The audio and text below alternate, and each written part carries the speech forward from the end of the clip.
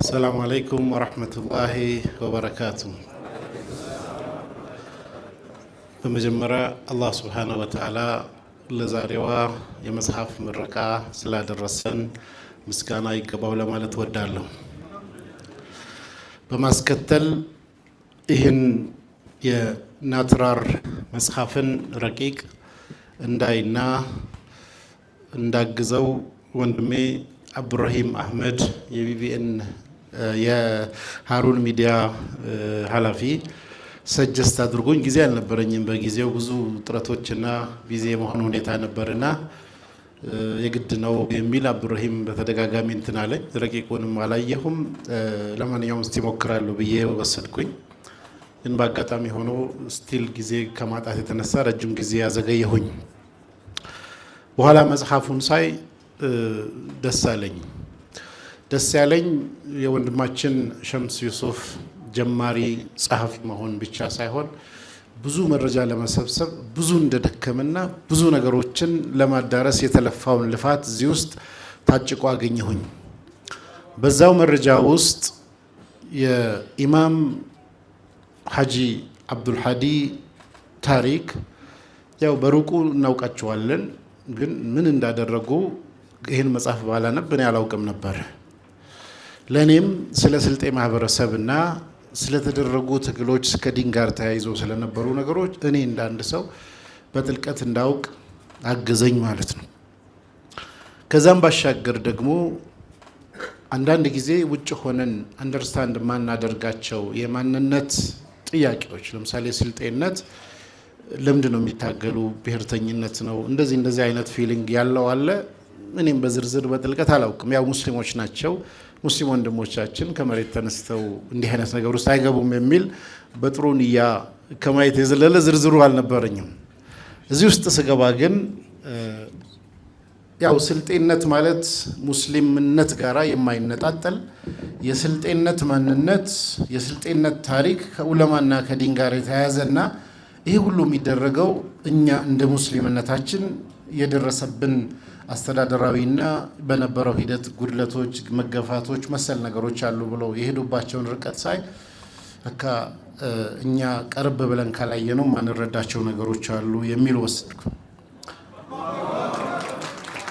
እንደ ዓሊም ለዲን እና ለማህበረሰብ እንደታገለ ሰው ያጂ ኢማም ሐጂ አብዱልሃዲ ታሪክ እንዲጻፍ ሲጠየቅ አላህ ካወቀልኝ አይበቃም ወይ ለምንድን ነው የሚያስፈልገው ብለው ፈቃደኛ ያለመሆናቸውን ሳይ በዚህ ባለንበት ዘመን ትንሽ ነገር በመስራት በሶሻል ሚዲያ ብር ከፍለው ሁሉ የሚያጽፉ ሰዎች በበዙበት ዘመን ይሄ ሁሉ አስተዋጽኦ ያደረገ ሰው ለመደበቅ ሲፈልጉና ለረጅም ጊዜ ፈቃደኛ አልሆንም ብለው በተደጋጋሚ ተለምነው ታሪካቸው እንዲጻፍ ሲደረግ ሳይ የሳቸውን ትህትና የሳቸውን ለአላህ ብሎ ራስን የመደበቅን ነገር እዚህ መጽሐፍት ውስጥ በስፋት እንድረዳ አድርጎኛል።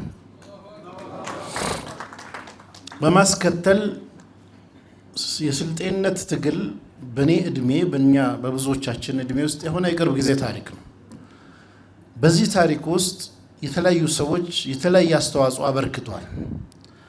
የኢማምን ታሪክ ደግሞ እዚህ ውስጥ ሳይ ከልጅነታቸው ኢልም ካለው ከሼህ አህመድ ቡርሃን ቤተሰብ ከዛ ወጥተው የኔ የሚተካው ልጅ ይሄ ልጅ ነው በሚል አባትየው ፖዚቲቭ ወይም ራእያቸውን አስቀምጠውላቸው በልጅነት ዕውቀትን ለመቅሰም ከቤተሰብ ተለይተው ሲሄዱ እንደ እናትየው ወይዘሮ ራዲያ አልቅሰው ልጃቸው እንዲለያቸው ያለመፈለግ ሁኔታ ነበረ። በዚህን ጊዜ ዲን ሊማር ነው የሚሄድ ሲባል ወደ ቂብላ ዞሮ ዱዓ አደረጉ እና የማልቀሱን ነገር እንደተው ታሪኩ ይተርካል። ኢማሙ ይሄንን ዛሬ የያዙትን አስተዋጽኦና ኮንትሪቢዩሽን ከየት አመጡት ስንል ደግሞ በእግር በጅማ አድርገው በኢሉባቡር ወጥተው በሱዳን ኩርሙክ የሄዱበትን ማታ እየተጓዙ ቀን እየተደበቁ ለደላላ 15 ብር ከፍለው ከሀገር ለመውጣት በዛ ዘመን በነበረው ሂደት ለውቀት ያሰለፉትን ፈተና ከዛ ሱዳን ኩርሙክ ከዛ በኋላ ማዕህድ ገብተው በከፍተኛ ደረጃ አንደኛ ውጤት ሲያመጡ ሌሎች ተማሪዎች ጓደኞቻቸው እንዲባረሩ ሲወሰን የእሳቸው አንደኛ መውጣት እነዛን ባልደረቦቻቸውን ከመባረር እንደታደገና አንደኛ በመውጣታቸው ደግሞ የኡምራ ሽልማት አግኝተው በዛ ሽልማት እንደገና ሳውዲ የመሄድና ዩኒቨርሲቲ የመግባት ያ ዩኒቨርሲቲ ታሪክ ደግሞ ሌላ ዓለም ሌላ ማህበረሰብን የማደራጀት የማወቅ ሁኔታ ፈጥሮላቸዋል። በተለይ መዲና ከተማ የመጀመሪያው በእስላም ታሪክ የመጀመሪያው የሆነው የቁባ መስጂድ ውስጥ ቁጭ ብለው በሌሊት ያደረጉት ዱዓ አላህ እንደተቀበላቸው መጽሐፉን ስናነብ እንረዳለን። ዱዓው ምንድነው? አላህ ወይ አንድ መስጂድ ብቻ ሳይሆን ብዙ መስጂዶችን እንድሰራ አድርገኝ ብለው በሌሊት ያለቀሱበት ታሪክን ሳይ እንደ አንድ ሰው ልክ ነው። አንዳንዴ ዝም ብለን በዘፈቀደ ሰው ሲሰራ እያየን እንሰራለን። ግን አላህን ለምነን ለዲን አስተዋጽኦ እኔን ተጠቀመኝ ብሎ መለመን ትልቅነት ነው። አላህ ዲንን በኔ በኩል እንዲነስር አስተዋጽኦ ከሚያደርጉት አድርገኝ ብሎ በዛ ደረጃ ለምነው መጨረሻም ታሪኩን ስናይ ዱዓቸው መቀበሉን አላህ በብዙ የዲን አስተዋጽኦዎች ስናነብ የምንረዳው ነው።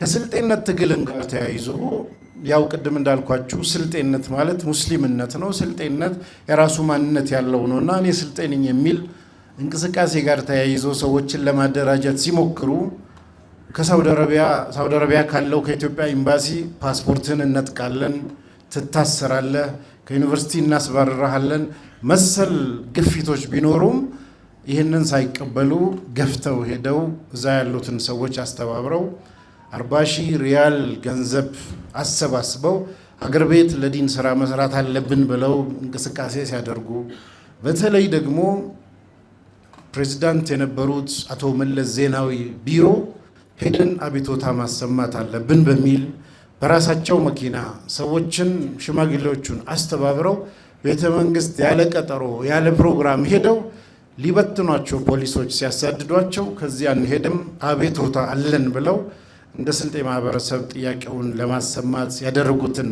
ርቀት ከዛም አልፎ ደግሞ በስልጤ አባቶች መካከል አንዳንድ መሻይኮች ስማቸውን ዘነጋው በመካከላቸው የነበረውን አለመግባባት ለማስታረቅ ቦሌ በሚገኘው መጋዘን ውስጥ በሬ አርደው ሽማግሌ ጠርተው ቅድም የጠቀሳችሁት አንድ ካልሆነን የሚለውን ንግግር የተናገሩበት ቦታ እዛ ነው። እንደዚሁም አልበያን የየቲም ድርጅቶችን ሲያቋቁሙ የራስን መኖሪያ ቤት በሁለት ከፍለው ጎዳና የወደቁ ልጆችን ማሳደግ አለብን ብለው አስተዋጽኦ ሲያበረክቱ እናገኛቸዋለን። የኢማሙ ኮንትሪቢሽን በስልጤነት ትግል ውስጥ በተለይ በቡታጅራ ኮንፈረንስ ጋር ተያይዞ በነበረው ሂደት አንዳንድ ሰዎች ተስፋ ሲቆርጡ ይሄ ውሳኔ የሰው ውሳኔ እንጂ አላህ አይደለም ብለው ትግሉ ወደ መስመር እንዲመለስ ያደረጉበትን ሂደት ስናይ የሚያስተምረን ብዙ ነገር አለ ማለት ነው።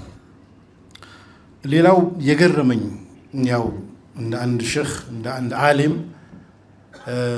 ዘፈን ወይም አርት ያው ከዲን አንጻር እንዴት ይታያል የሚለው የታወቀ ነው።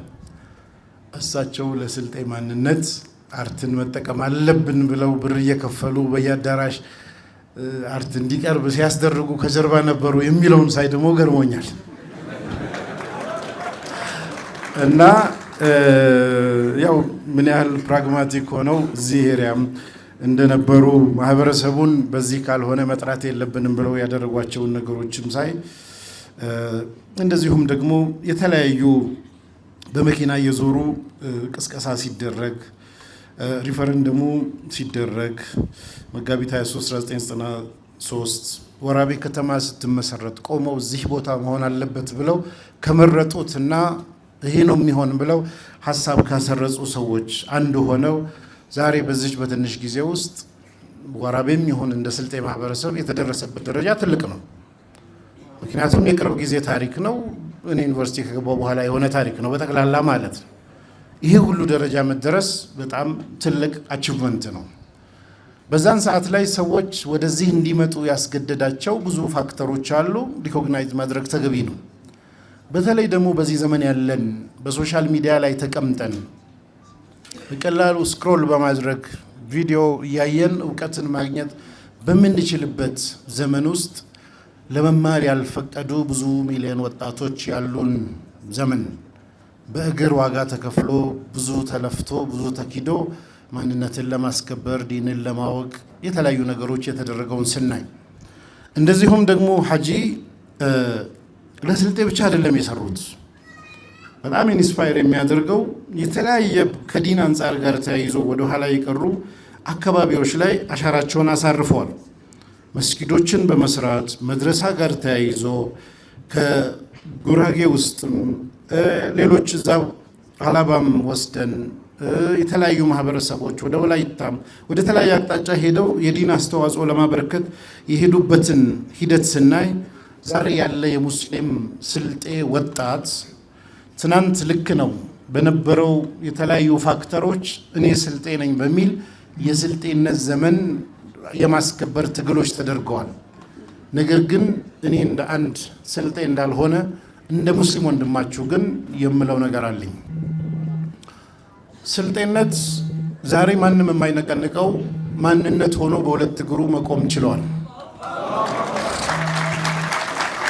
ዋጋም ተከፍሎበት እዚህ ጋር ተደርሷል። የስልጤነት ትግል ካሁን በኋላ ምን ይሁን መልኩ የሚለው በደንብ መታየት አለበት። ምክንያቱም ከሌሎች ሙስሊም ወንድሞች ጋር ብሔርተኝነትን በሚፈጥር ትናንት የነበሩ ሰዎች ባደረሱት በደል እና ባደረሱት ችግር ምክንያት ዛሬም ያንኑ እያነሳን ዛሬ አንድ ሰልፍ አብረን የምንቆም ሙስሊሞችን የሚከፋፍል ከሆነ አላህ ዘንድ ሊያስጠይቀን ይችላል።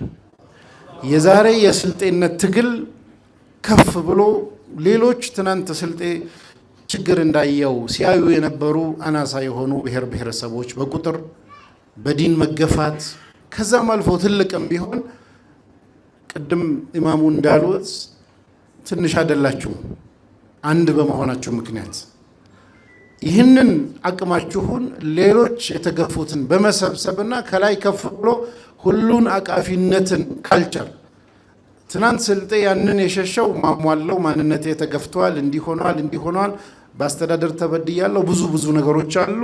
አክሴፕት ማድረግ አለብን። ዲናይ ማድረግ አንችልም። እነዚህ ሁሉ የታገሉ ሰዎች ይህን መጽሐፍ ስናነብ ከመሬት ተነስተው ብሔርተኝነት ስለነበረ ነው ብዬ እኔ ልወስድ አልችልም። ዛሬ ላይ ስንመጣ ግን ከፍ ተብሎ በልጆቻችን መሃል ይሄ እንዲህ ያደረጉን እኛና እነሱ የሚለው ሴንስ መለዘብ አለበት። ወደሚቀጥለው ጀነሬሽን ስልጤነት ከነሙሉ ክብሩና ማንነቱ በሁለት እግር መቆም ከቻለ የሚቀጥለው ዘመን የስልጤነት እንቅስቃሴ በዲን በኩል ጋር የተያያዘ ነው፣ በልማት በኩል ጋር የተያያዘ ነው፣ ራስን በማስተዳደር ጋር የተያያዘ ነው። እንደ አንድ የኢትዮጵያ ማህበረሰብ ኢትዮጵያ ውስጥ አሻራን የማስቀመጥ ትግልም ጋር ከፍ ብሎ የሚሄድበት ደረጃ ስንደርስ ይሄ ነገርም መታየት ካለባቸው ነገሮች መሃል አድርጋያቸዋለሁ ማለት ነው።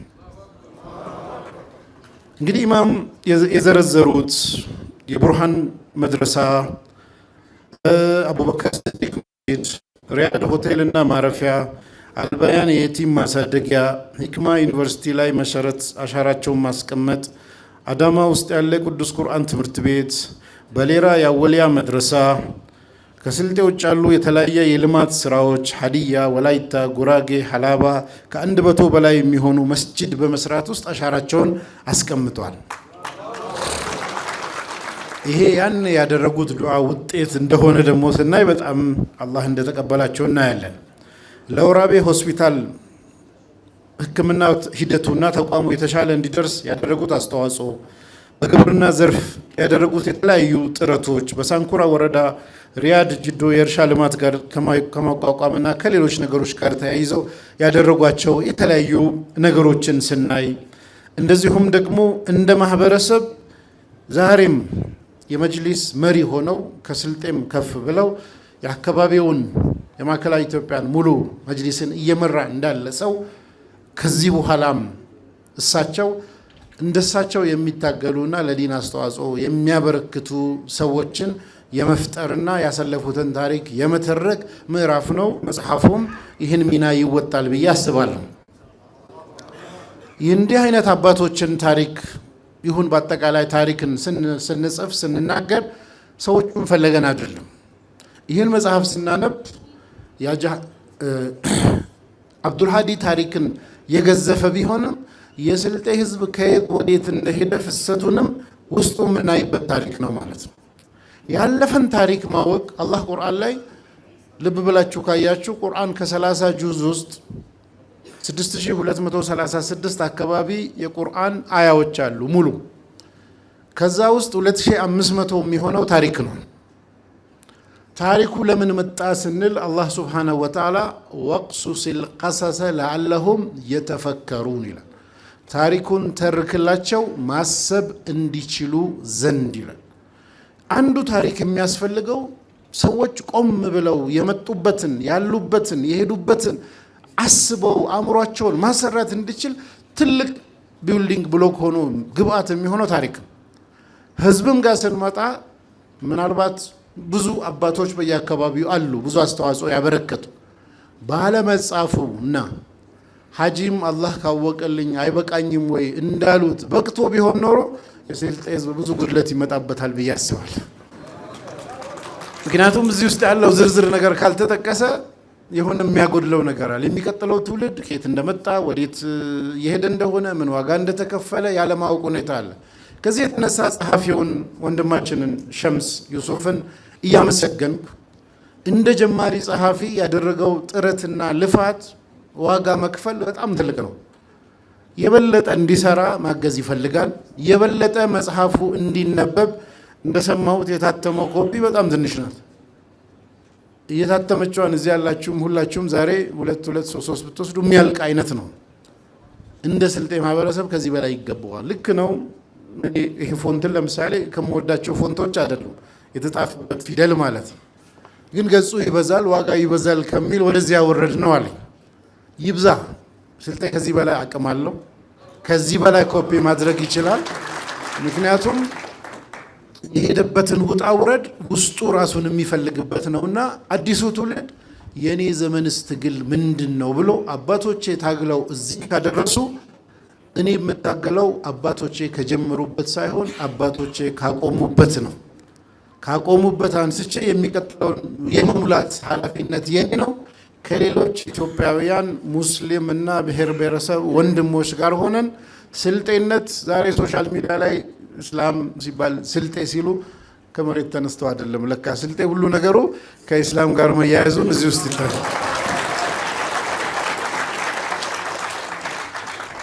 ኡስታዝ አህመዲን ጀበልን ከልብ እናመሰግናለን።